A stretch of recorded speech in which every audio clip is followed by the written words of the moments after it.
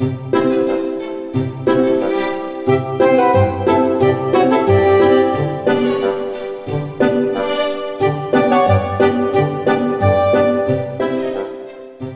listening to the Read-Aloud Revival podcast. This is the podcast that helps you make meaningful and lasting connections with your kids through books.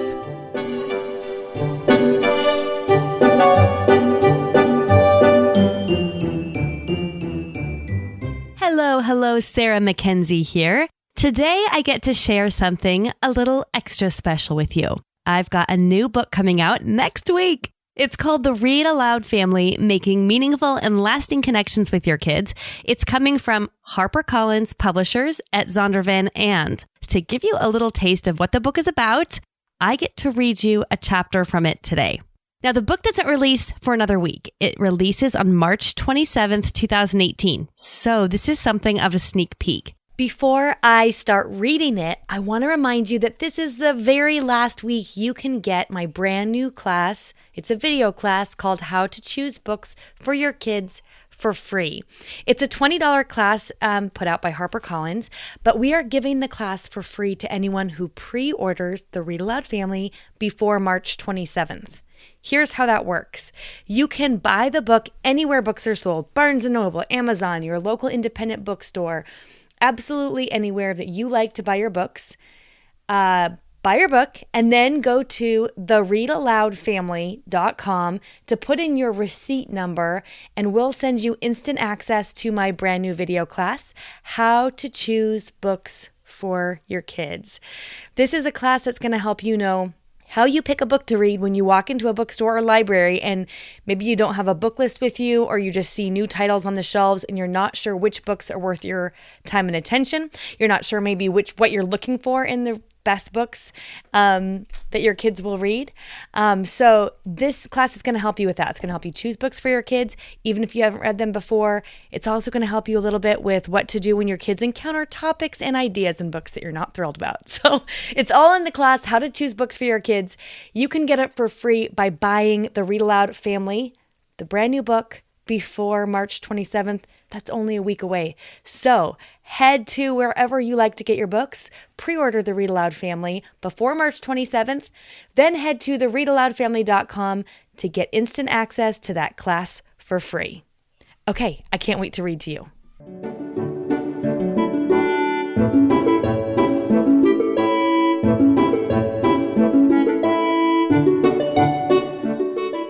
Chapter 6. Create a book club culture at home. When she was hardly more than a girl, Miss Minnie had gone away to a teacher's college and prepared herself to teach by learning many cunning methods that she never afterward used. For Miss Minnie loved children and she loved books, and she taught merely by introducing the one to the other. Wendell Berry, watch with me. The woman plunked down a stack of magazines on the front desk of the library where I worked and turned to her 10-year-old daughter. "What did you find?" she asked. The girl tucked a strand of long, sandy hair behind her ear. "Not much, but I found this." She timidly pushed a faded paperback with a yellow and blue cover toward her mother. "The Penderwicks!" I exclaimed from behind the checkout, pulling the stack of magazines toward me and typing my password into the computer. "You'll love it." I picked up the book to start scanning barcodes. "Wait, what is that?" The girl's mother took the book from my hand and peered through her glasses, eyeing it skeptically. She turned to her daughter. "Is this on the list for school?" "Well, no." The girl started to fidget, a slight shade of pink creeping up her neck. "You're going to waste your time reading something that doesn't even count?" I bit the insides of my cheeks and watched the mother scornfully shake her head. She turned to me. "You can put this back for us, right?" she said, tossing the book on the counter and rolling her eyes. "We'll be back in a minute. First, we need to find something that's actually on the list." She scooped the stack of magazines back into her arms, and mother and daughter started to walk away, the mother still talking. "Seriously, Emma, there's no use reading something that doesn't count." Seeing Emma's wistful glance toward the Penderwicks, now abandoned at my elbow, I bit my cheeks harder. I was struggling not to throw something at the wall. Schooling it out. That particular evening, I became convinced of something I had long suspected. A sense of duty is killing our kids' ability to read for pleasure. Jim Trelease doesn't mince words about this in the Read-Aloud Handbook. Quote, "Every child begins school wanting to learn to read. In other words, we've got 100% enthusiasm and desire when they start school." End quote. That number declines steadily, however, beginning in late elementary school and continues to decline rapidly every year thereafter. A typical high school student reads for pleasure approximately 6 minutes per day. Dr. Daniel Willingham tells us what this means in his book, Raising Kids Who Read. As a professor of psychology at the University of Virginia, he's researched and written about strategies to help parents enjoy books with their kids. In Raising Kids Who Read, he notes that those 6 minutes a day actually indicate that most kids don't read at all, while a very few read quite a lot. The natural question is why? Trelease answers that in chapter 1 of his book. Quote, "It was either never planted or driven out by seat work and test prep, leaving no room for a pleasure connection." End quote. He names the decreasing amount of time adults spend reading with kids as they get older as a major factor in the loss of the pleasure connection. Most of us stop reading to our kids as soon as they can read for themselves, and almost no one is reading aloud to middle school and high school age kids, parents or teachers. This, according to Trelease, is the main reason most kids don't read for pleasure. It makes sense, doesn't it? Small children love the warmth and connection of sitting on mom or dad's lap for a story. For small kids, books equal pleasure.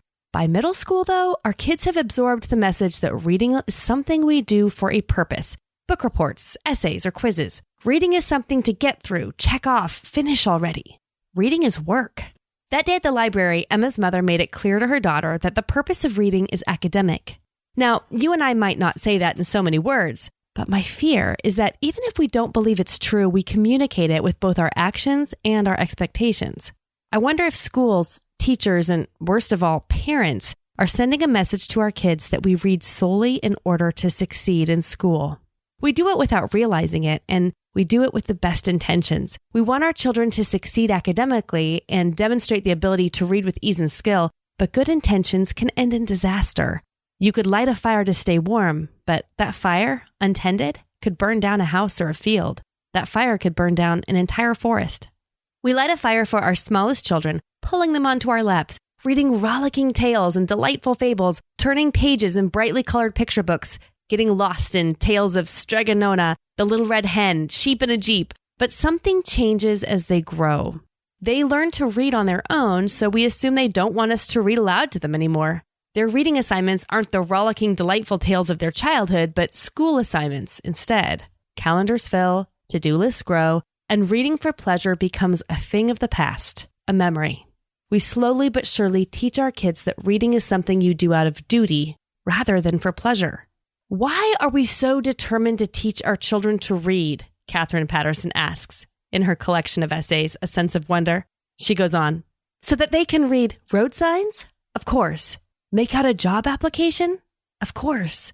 Figure out the destination of the bus so that they can get to work? Yes, of course. But don't we want far more for them than the ability to decode? Don't we want for them the life and growth and refreshment that only the full richness of our language can give? What good are straight teeth and trumpet lessons to a person who cannot see the grandeur that the world is charged with? End quote. This is perhaps one of the most important chapters in this whole book because it reminds us that reading is first and foremost for pleasure, for delight. We communicate what we believe about books by the reading atmosphere or lack thereof in our homes. Either we create a space where reading is something that is done for the joy of it, where the imagination is cultivated and allowed to wander and stretch and grow, or we deaden our children's natural love for the written word. Either way, it's up to us, you and me, parents of the next generation. If you want to raise a reader, you should not rely much on your child's school, Dr. Daniel Willingham writes in Raising Kids Who Read. It's up to parents to create an atmosphere where a child's reading life can flourish. The supreme importance of delight. Here's something that may surprise you. Parents who think the primary importance of reading is to be successful in school are less likely to have kids who enjoy reading than parents who see reading primarily as a venue for entertainment. Did you catch that? Kids whose parents believe reading is first and foremost a mode of entertainment and enjoyment end up being more voracious readers than those who want their kids to read so that they can succeed in school. They also end up being better readers. Our attitude about reading and the atmosphere we create in our home matter. Our kids pick up on it, even if we never say anything out loud, even if we aren't the mother at the library checkout insisting our child put back that copy of the Penderwicks. It is essential that we communicate with our words, actions, and attitudes that reading is worthwhile for its own sake, not because it helps us become more articulate, score better on a college entrance exam, or gives us a cultural understanding of those around us. It does all those things, to be sure, but it is of paramount importance to communicate to our children that reading is pleasurable and worthwhile for the sheer delight of it. We want our kids to, as the distinguished professor of the humanities in the honors program of Baylor University, Alan Jacobs, says, read at whim. Jacobs explains reading at whim in his insightful book, The Pleasures of Reading in an Age of Distraction, a commentary on the importance of reading for the sheer delight of it. He writes, for heaven's sake, don't turn reading into the intellectual equivalent of eating organic greens or, shifting the metaphor slightly, some fearfully disciplined appointment with an elliptical trainer of the mind in which we count words or pages the way some people fix their attention on the calories burned readout. How depressing. Rather, he tells us, read what gives you delight. Reading at whim, that is, reading for the sheer delight of it, may have a bigger impact on the life of your child than you expect. For many of us, the books we choose to read on our own are the ones that stick with us. It turns out there is nothing magical about a book once it makes it to a grade level approved list or lands on a teacher's syllabus. The act of picking up a book and reading it for no other reason than enjoyment can open the door for significant impact.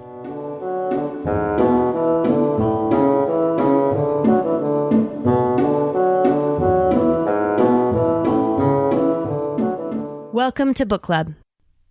Humor me for just a moment here. Imagine you have just arrived at your book club gathering. You've spent a long day with the kids and you're looking forward to attending this book club for the first time. This month's selection is Anthony Doerr's All the Light We Cannot See.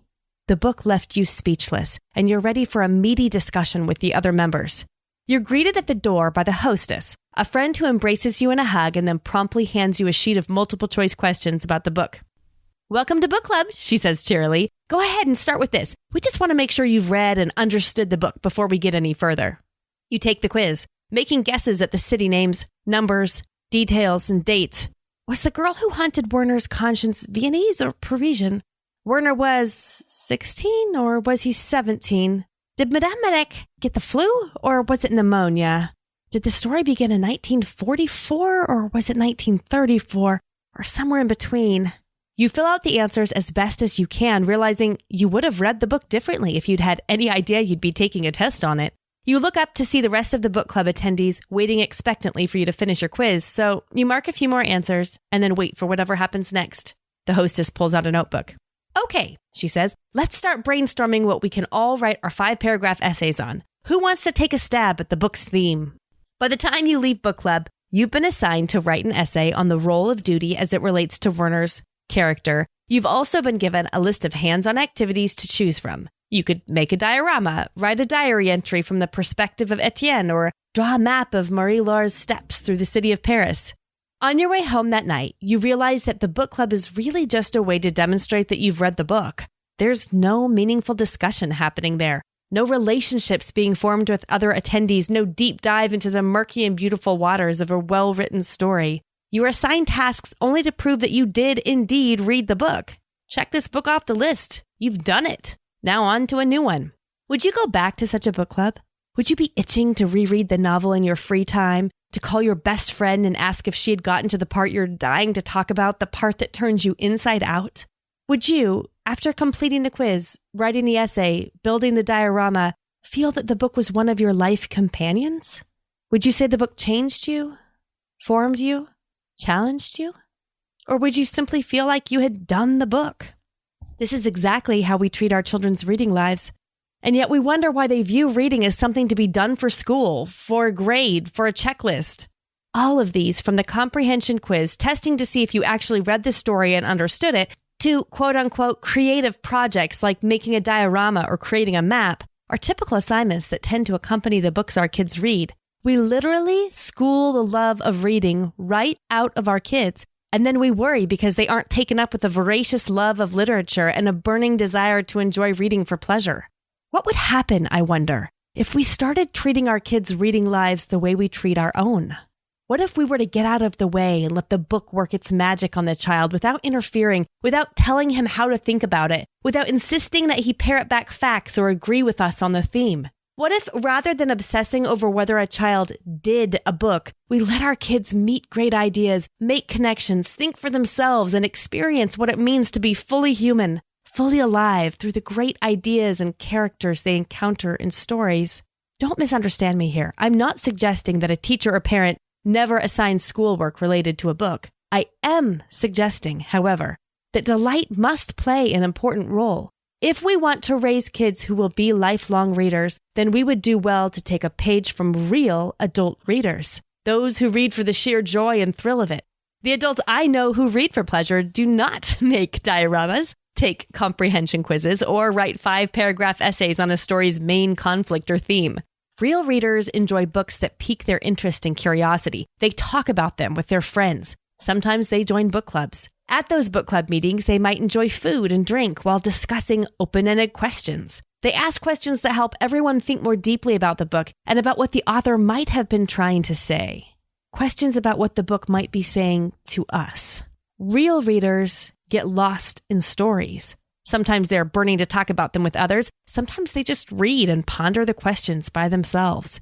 They may dog-ear the pages, jot down passages from the book into their journals, or underline and scribble in the margins. Real readers engage with books in a way that fuels curiosity, inspires connection, and provides enjoyment. I read Chan Potok's The Chosen when I was in school, but I don't remember much of it. I remember slogging through the book, trying to find snippets of text I could use to build the argument in my persuasive essay. I remember trying to note random details that I thought might show up on the Friday quiz. I don't remember much else. I have no desire to reread it as an adult, though many people I love and trust call it one of the best books they've ever read. Are the books you wrote reports on as a child the same books for which you have a resounding fondness decades later? Are they the books you can't wait to read with your children, the books you associate with your happiest childhood memories?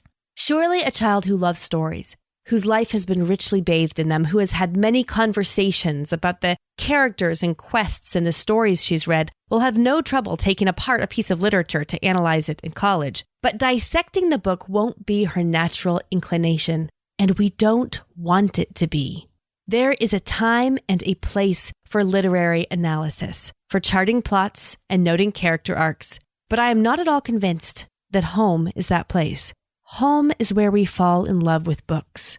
Home is the only place in which our children have a fighting chance to fall in love with books. We already know what happens to kids whose parents don't see pleasure and enjoyment as the main reason to read, whose parents think the primary purpose of reading is for academic success. Those kids simply don't read. Extreme measures. Jonathan Auxier's mother was concerned about her son's lack of interest in reading for fun. So when he was a young boy, she pulled him out of school, intent on turning him into a reader. Jonathan said, quote, "I came from a family of serious readers. I myself knew how to read, but I didn't enjoy it very much. I guess there were just other things that I enjoyed more. It was not an activity that brought me joy." His mother panicked. For any of her children not to read for pure enjoyment and delight simply wasn't an option in their home. She decided to start homeschooling Jonathan during his 3rd grade year, and the main requirement was that he read for 3 hours per day. Now, Jonathan wasn't told that his mother had pulled him out of school in order to help him fall in love with books, but she wisely realized that Jonathan would only learn to love reading if he disassociated reading with schoolwork. He needed plenty of time for reading, and he needed the opportunity to choose books he wanted to read, not just books that were assigned to him. She also knew that Jonathan needed to take on the identity of a reader for himself. She couldn't do that for him. All she could do was set up the circumstances to make it more likely to happen. And happen it did. "When I came back to traditional school," Jonathan said, "I was a year older, to be fair, but I was also a very strong reader. My mother's move to pull me out of school was certainly the intervention that turned me into a reader." Jonathan Auxier is now an award-winning writer of middle grade novels. You'll find Peter Nimble and His Fantastic Eyes in one of the book lists in part 3 of this book. Clearly, his mother gave him more than just an opportunity to become a reader. She gave him an opportunity to form a deep and lasting love for both words and stories. You probably don't have complete control over all of your kids' interactions with books, especially as they relate to schoolwork. Your child's teacher likely assigns book reports, comprehension quizzes, and other book-related assignments. No matter where your child does his academic learning, though, one thing is true. You can shape the atmosphere in your home. You decide the way books are chosen, discussed, and engaged with at home. And that atmosphere means a whole lot. Home, remember, is where our kids fall in love with books. A parent's attitude about books makes a huge difference in the reading life of a child, regardless of where that child goes to school or what kind of literary education he or she receives. So what's a parent to do? How do we create an environment where we communicate enjoyment of books, curiosity about the ideas they contain, and a desire to connect with our kids? We create a book club culture at home.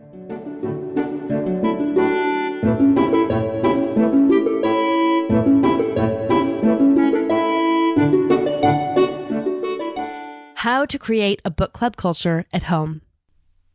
Let's try that book club scenario again. This time you arrive at your friend's house to be greeted by a warm embrace and flickering candlelight. You drop onto a plush sofa and catch up for a few minutes with the other friends who are gathered there. The host sets a bowl of tortilla chips and mango salsa on the table and pours chilled Riesling into glasses. Casually, she shifts the conversation over to the book, leading the discussion by asking an open-ended question. You aren't being quizzed on how much you know or don't know. You're thinking about the book in ways you didn't think of on your own. You're making connections you hadn't made on your own, listening to insights that never occurred to you. You offer your own perspective on which character was the most cowardly, or which character grew the most, or how this book reminded you of the book you read last summer. You toss around ideas about what the characters really want, what they're most afraid of. You leave the book club feeling like you experienced the book a little more fully by being here. You experienced your friendships a little more fully too, because you were able to get a peek into the minds and souls of your friends as they discussed the parts that made them weep or laugh, caught them off guard, pleased or scared them. The way one of your friends described the scene where Marie-Laure is hiding at the top of the house makes you want to go back home and reread the book, because you didn't see all the things she saw. You didn't make the connections she made. You want to see if the book whispers something new to you this time around. You leave book club feeling richer. That is what a book club is for. To connect us more deeply with what we read. To help us bond more meaningfully with the people in our lives. To leave us feeling as though we've only shaken hands with the story. We're now hungry to go back and spend more time with the book or with another. A really good story can't be properly experienced or examined under the scrutiny of a magnifying glass. It can't be tested, quizzed, or 5-paragraph essayed into our soul. A good story gives shape to the human experience and touches us in our innermost places.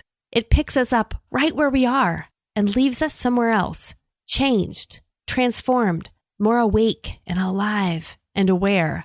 We leave better off than we came, richer. Katherine Paterson has written many award-winning children's books about big and deep issues. Tragedy, comedy, death, loneliness, hope, fear, sorrow, all have a place in her rich and imaginative books. But Paterson doesn't want her books to be used in a classroom to teach vocabulary or test comprehension levels. When I write a story, she says, it is not an attempt to make children good or wise. Nobody but God can do that, and even God doesn't do it without the child's cooperation. I am trying in a book simply to give children a place where they may find rest for their weary souls. If we compare the average kid's classroom experience with our own book club meetings, we'll get a sense for how to treat our children's reading lives more like our own. We'll create a book club culture at home in an organic, simple, natural way. This is not to suggest that you must replace your child's literary experience in the classroom in order to live out a richer one at home. Although, admittedly, that's what I've chosen to do with my own kids. But your home can be infused with a book club spirit. Your own attitude about books and reading can shift to allow every member of the family more time and space for reading at whim, more reading for the sheer pleasure of it. Food, glorious food. Try something for me. Bake a pan of brownies. As the scent drives everyone in your home toward the kitchen in hopeful curiosity, place some small plates and napkins on the table and pour a pitcher of milk. Set those brownies, luscious, gooey, piping hot, in the center of the table and open a book. It can be anything, a picture book, middle grade fiction, a poem. It doesn't really matter which book it is, just start reading it aloud. I can nearly guarantee you'll have a table full of people listening in, and they will remember, even well into the future, that you read it with brownies. They will very likely look back on that book with fondness. I've never been to a grown-up book club meeting that didn't include food, and yet I so often make my kids' book reading sessions feel more like a classroom than a book club. Why no treats? Why no snacks? Why not throw a big picnic blanket on the grass in the backyard and let everyone dig into a ginormous bowl of popcorn and sip Capri Suns? Why not set the table with china and pass around tea and scones? Why not pull out a package of store-bought cookies and paper plates and gather everyone at the table for a few moments of rest and reading? I don't always give my kids snacks while I'm reading aloud, but I do try to manage it on occasion, especially if I'm having trouble wooing anyone into read-aloud time, or if our relationships and interactions have been particularly fraught. Food is comfort, and comfort is a wonderful thing to associate with read-aloud time. My husband speaks fondly of his own family's game nights when he was growing up. They played Monopoly, Risk, and other classic board games. But when he tells me stories of his family game nights, the games themselves play a minor role in his memory. He mostly remembers the tea, the little bowl of sugar, the gravy boat filled with milk, and the soft, light, sweet coffee cake his mother served. Tea and coffee cake became a symbol for game night. When my husband drinks tea from a fancy cup, stirs in a swirl of milk, and drops in a pinch of sugar, he thinks of game night. He remembers family time, warm and comforting.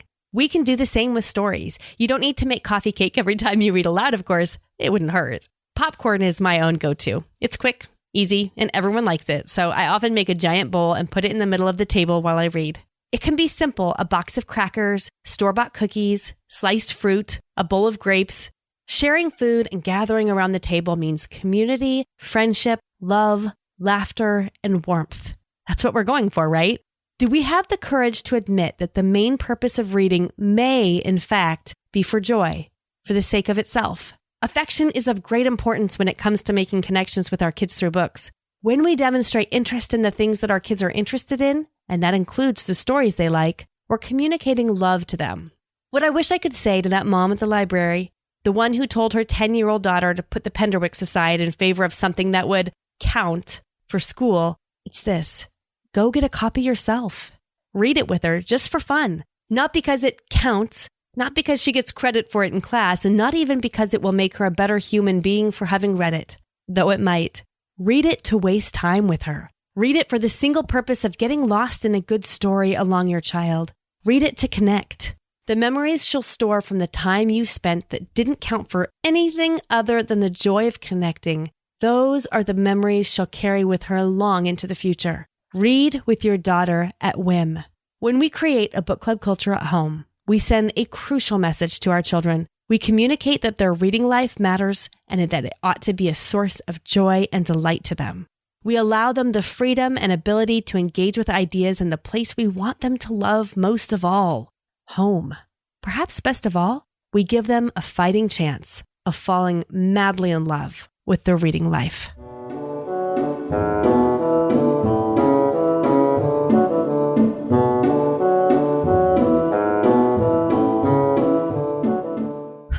Okay, that was chapter 6. I hope you enjoyed it. I want to tell you a little bit about how the book is organized. The first 5 chapters of the book will help you understand how reading aloud can change your world. In those chapters, we'll discuss the gift of being fully present with our kids, the ability stories have to inspire heroic virtue in both our kids and in us. We'll talk about the research that shows reading aloud is incredibly beneficial for our kids' academic success, as well as the myriad ways that we get to walk a mile in the shoes of another when we share books with our kids. That helps our kids develop empathy and compassion for others. The second part of the book is a bit more practical, and this is where we get into the nitty-gritty. If you've read the Read-Aloud Handbook by Jim Trelease, you already know the importance of reading aloud, but you might be struggling to find time to fit it all in with the other demands on our time and attention. And today, in our world today, we are up against some unique challenges that we weren't up against when that book released. For example, our kids having technology in their faces all day long, right? So in this section, we talk about the importance of creating a book club culture at home. We'll debunk the 5 myths about reading aloud that are keeping most of us from enjoying it more. And then I'm going to give you the tools you need to become your child's literary matchmaker to help them find books they love and how to have meaningful, rich, engaging conversations with our kids about the books they're reading, whether or not we've read the book ourselves. One of the most useful chapters in this section is chapter 11, It's called Ask Compelling Questions. And in that chapter, I share 10 questions you can ask your kids about any book at all, from a picture book to an epic novel, to have fantastic conversations with your kids. I'll give you some examples of those questions with books at different levels, and then you'll be able to use that chapter as a reference again and again as you get comfortable having really good conversations with your kids about books. That is a total game changer for the relationships in your family. I can't wait for you to read that one. Part 3 of the book is another really valuable part, of course, the book lists. 4 entire chapters of the book are dedicated to great read-alouds divided up by age. You'll find a few classics and old favorites on the list, as well as lots and lots of books written in very recent years. Reading aloud presents unique challenges at each age level. Reading aloud with a 2-year-old, for example, it's a very different experience than reading aloud with an 8-year-old. And reading aloud with an 11-year-old is pretty different than reading aloud with a teen. So in each chapter, we tackle the problems that most often present themselves at each level. And I provide you with a list of things your kids can do to keep their hands busy while you read aloud, since we know that some kids listen and comprehend better if they can move while they listen. There's also a whole lot of book recommendations at every age level. I'll tell you what, in the Read-Aloud family, there are nearly 400 book recommendations. I have read every single one from cover to cover. I've never worked so hard and so long on very curated book recommendations, so I'm pretty proud of all 400 of the books that made it into the recommended read-alouds in the Read-Aloud family. To help you navigate those book recommendations, we have really helpful indices in the back. So one index is organized by book titles, one is organized by book authors and illustrators, and then another is organized by ages, which will be really, really helpful when you're trying to find something for a particular child in your family. So here's the deal. I actually created a class called How to Choose Books for Your Kids, and it gives you the confidence and know-how you need to step into the library or the bookstore or any online shop and choose books for your kids that will be a good fit, either for your family as a read aloud or for your kids to read on their own. It's about an hour-long video class, and in it, you'll find out the 2 most important qualities you want to look for in the books you read and your kids read, and also the 3-question test I use to decide really quickly if a book is worth a place on our family's reading stack. So you get access to that class for free, only if you pre-order the Read-Aloud family before March 27th. So you don't want to miss that date, and it's coming really soon. In fact, pause the podcast right now and go order if you haven't done it yet. You can pre-order that book wherever books are sold. So you can go to your favorite bookshop, your favorite online store, and pre-order it. Then you go to the readaloudfamily.com and pop your receipt number into the form on that page. You'll get instant access to the video class, How to Choose Books for Your Kids. I send that to you right away. So again, pre-order wherever you like to buy your books, and then go to thereadaloudfamily.com to get access to the class for free. But you've got to do it before March 27th, so don't put this off. You actually get access to that class when you pre-order the audio version of the book as well. I love audiobooks, and the audio version of the book is read by me, and you can pre-order that audiobook wherever you usually get your audiobooks. You'll also find links right to the audio versions of the book at thereadaloudfamily.com. That's a wrap on our episode for today. Don't forget, you need to pre-order the Read-Aloud family before March 27th, 2018 to get the video class, How to Choose Books for Your Kids, for free. So pre-order the book wherever you like to buy your books, at your local independent bookstore, at Barnes & Noble, online, anywhere at all. And then go to thereadaloudfamily.com to enter your receipt number, and I'll give you instant access to that video class, and you'll be the first to get the book when it releases March 27th. I can't wait. Thanks so much for listening, and until next time, go make meaningful and lasting connections with your kids through books.